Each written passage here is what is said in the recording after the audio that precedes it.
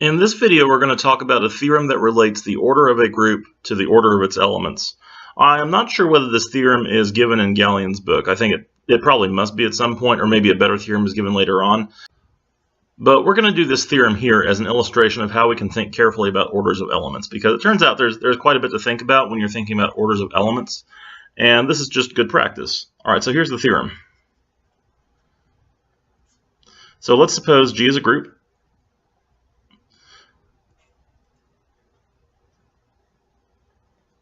G is a group, and assume that the order of G is finite. So G has finite order. Then for each element A in G,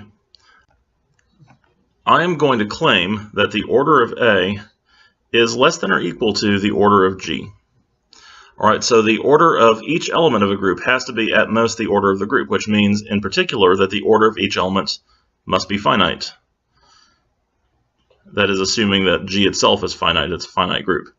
Okay, so here's the idea of the proof. I'm going to do this before we get into the proof itself, because once we have the idea, the proof is going to be fairly quick. I was going to say straightforward. I don't want to say it's straightforward. It actually requires an idea that is a very nice and powerful idea throughout a lot of different mathematics that we do. But if you haven't seen this before, there's nothing straightforward about it. It's actually quite clever. Okay, so first of all, let's just convince ourselves that the order of A has to be finite.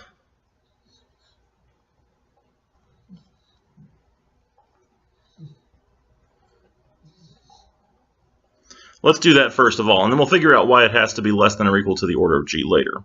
All right, so if A is an element of G, then let's just think about powers of A. Think about powers of A. So we could start with A to the 0, which is the identity by definition. And at this point you may be thinking, oh, that's a power of A, which is the identity, I'm done. But remember, we need a positive exponent, which gets us to the identity. Okay, so that's one power of A, and then we could write down A, and then A squared, which is A times A, and then A cubed, A to the 4th, and so on. And so on, and so on. So imagine an infinite list of powers of A all written down. Okay, question. Can these all be different?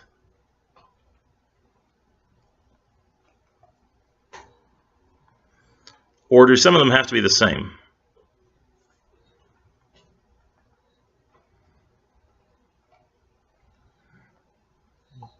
Must there be repeats? Well, let's keep in mind here that the order of G is a finite group, so the order of G is finite. There's only finitely many different elements in G.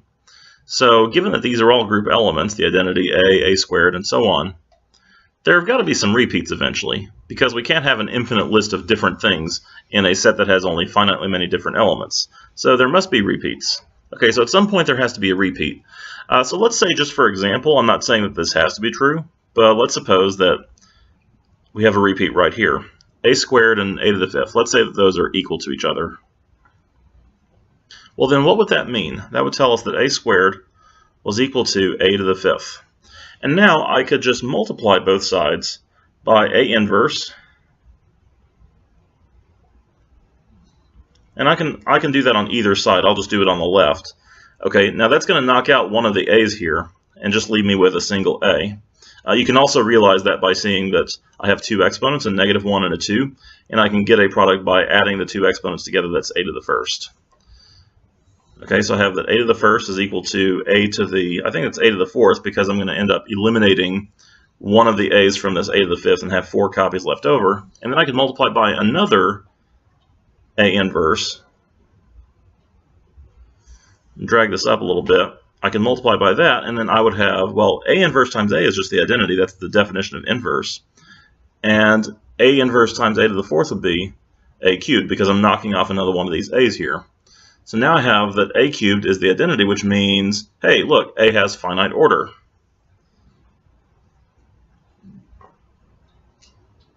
And in fact, the order of A has to be less than or equal to 3. I say less than or equal to and not just equal to, because I know that a cubed is the identity, but I don't know that there's not a smaller power of a, which would also be the identity. But I can certainly say that a has order less than or equal to 3.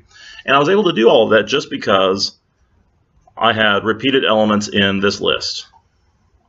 So as long as I know that happens, I'm in business here. Okay, so now here's the proof. The proof is really just based on this same idea. I'm going to zoom out a little bit so we can see what we've done before. That's the theorem statement. Okay, so here's now the proof. Switch colors. Let's get a nice little green color going here. All right, so here's the proof. Consider the following elements.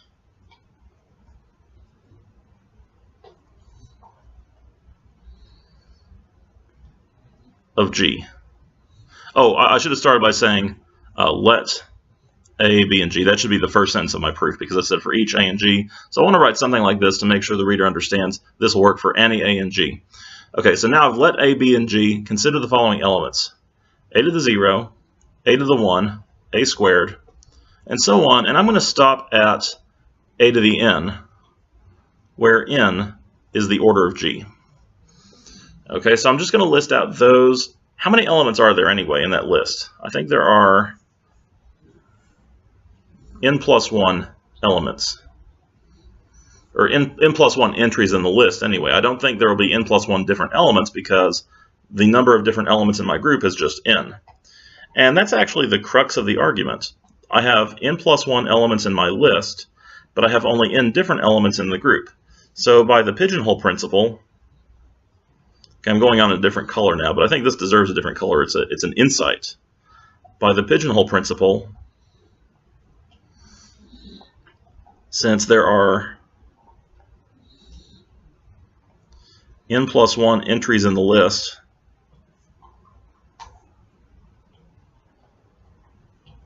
but only n different elements in G,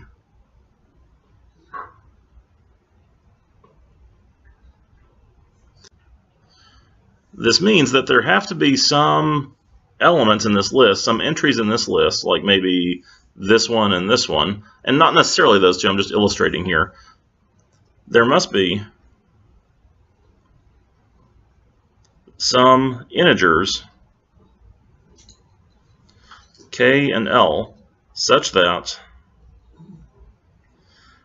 k and l are both between 0 and n inclusive, and k is less than, not just less than or equal to, but actually less than l. And a to the k equals a to the l. Okay, so what am I doing in that sentence? I'm just codifying this idea that there have to be two elements in the list that are different entries in the list, but the same group element. Okay, so the way I'm doing that is I'm saying there must be two exponents, one of them strictly less than the other one because they got to be different, and they're both between 0 and n, and the results of exponentiating a to each exponent are the same. Okay, so now what can I do with that information? Well, now that I know that, now that I know that k is less than l, I am going to do a little, I don't want to say a trick here, but it's actually kind of a common thing that we do in group theory.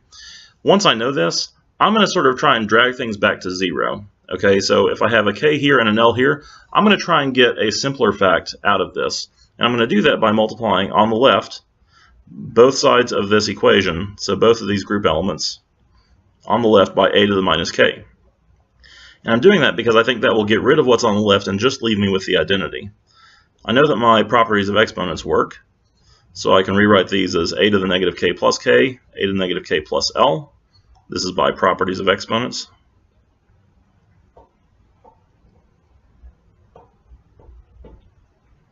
And then once I have that, I know that a to the 0 is equal to a to the l minus k, but a to the 0 is just the identity. And now, since l was greater than k, k was less than l, I know that l minus k is a positive integer,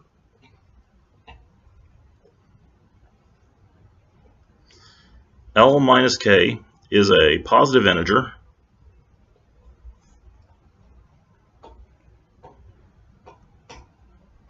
and a to the l minus k is equal to 1.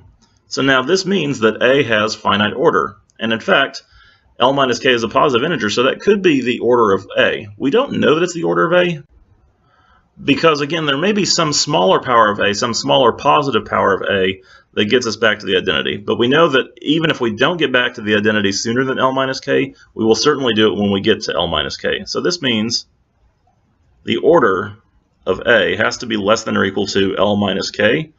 And because, and I'm glad I still have this in the picture here, kind of hard doing a long proof in this format, but I know that k and L were both less than or equal to n, and both greater than or equal to 0. So the difference between them has to be less than or equal to n, which means the order of A is less than or equal to n, which was the order of G.